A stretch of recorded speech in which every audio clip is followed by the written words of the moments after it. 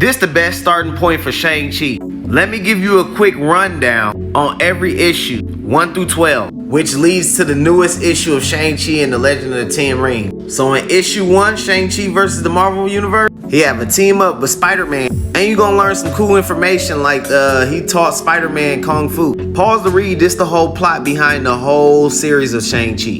In issue 2, Captain America versus Shang-Chi. You even gonna see MODOK do some shit in here. Issue 3, Shang-Chi versus Wolverine. In issue 4, he fight the Fantastic Four. Look at Shang-Chi do some pressure points on things. In issue 5, he fights Iron Man.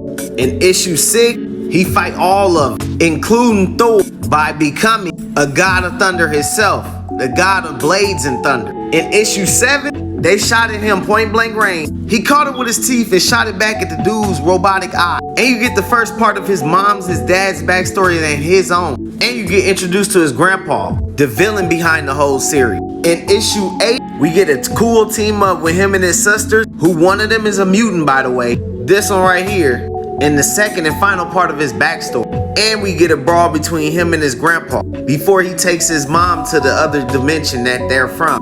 This one right here above my head. In issue 9, his grandpa comes back to try to kill him. And this where we see a cool feat where Shang-Chi jumps off a fucking flying arrow and goes to fight his grandpa again. Then we also find out after fighting these monsters that was only designed to kill people that was tied to Shang-Chi's dad, and that's only got the blood of Shang-Chi's dad. These two monsters run off right after they killed it to go meet up with this guy, who that was the only one they was after because they had found out that he is a distant relative of them through their father. Yeah, he got some black in his family, and I think he gonna be a villain.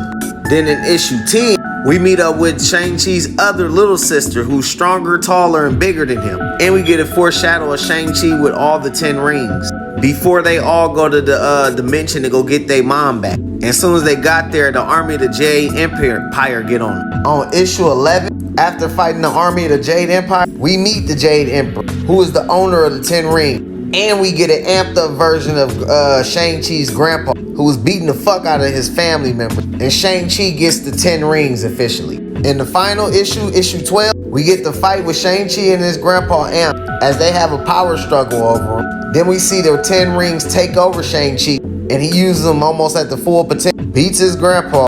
A month later, he gave him back, but then they had ended up coming back. That's when we get Shang-Chi and the Legend of the Ten Rings, where we see that the 10 rings are sentient and can think for themselves. We see Razor Fist, the dude from the movie, a new villain, Red Cannon, and we see the second time Shang-Chi let them powers of the 10 rings take over.